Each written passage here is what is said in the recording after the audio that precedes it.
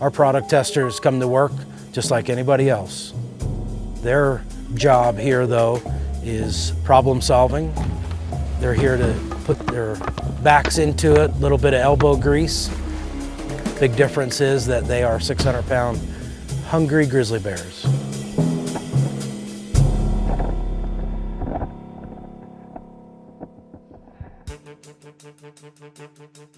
This is Randy. He works at the Grizzly and Wolf Discovery Center just outside the gates of Yellowstone National Park. When bears become habituated to human food, they often become dangerous and are either killed or put into captivity. So to keep bears and people safe, Randy runs a program that tests coolers, trash cans, and other food storage containers on live bears.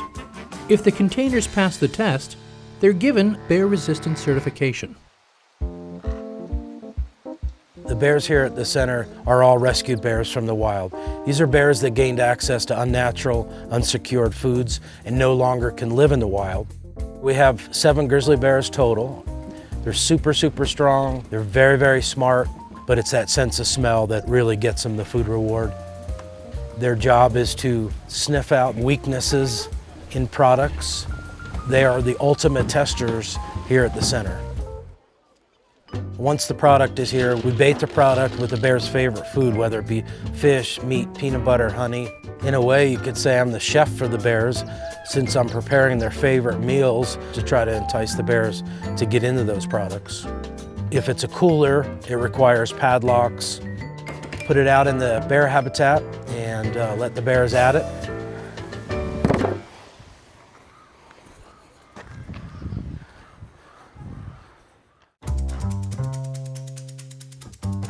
Once the bears start the testing process, the clock begins, and it's a 1-hour time frame that the bears are given in order to try to gain access to that product.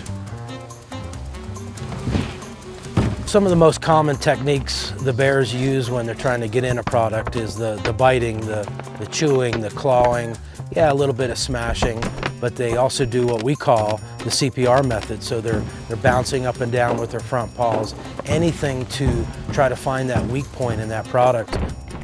A lot of times they're going to get a little hole started, and then literally from there they're tearing the product apart.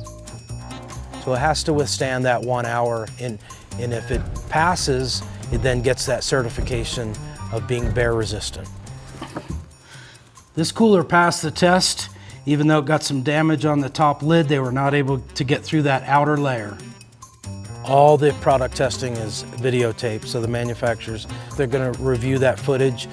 If a product fails, the manufacturer's going to have to go back to the drawing board and make some changes. That would be a fail. The product testing is open to the public, and hopefully when they leave here, they have a better understanding of how smart and how strong bears are and how food-driven they are. There is a saying that a fed bear is a dead bear, and it basically means that when those bears get into unnatural food sources, they're going to be hanging around our houses and they're more prone to get into trouble. So working here at the Grizzly Center for 20+ years, really have learned to appreciate and love the bears here and want to keep the bears out in the wild where they belong.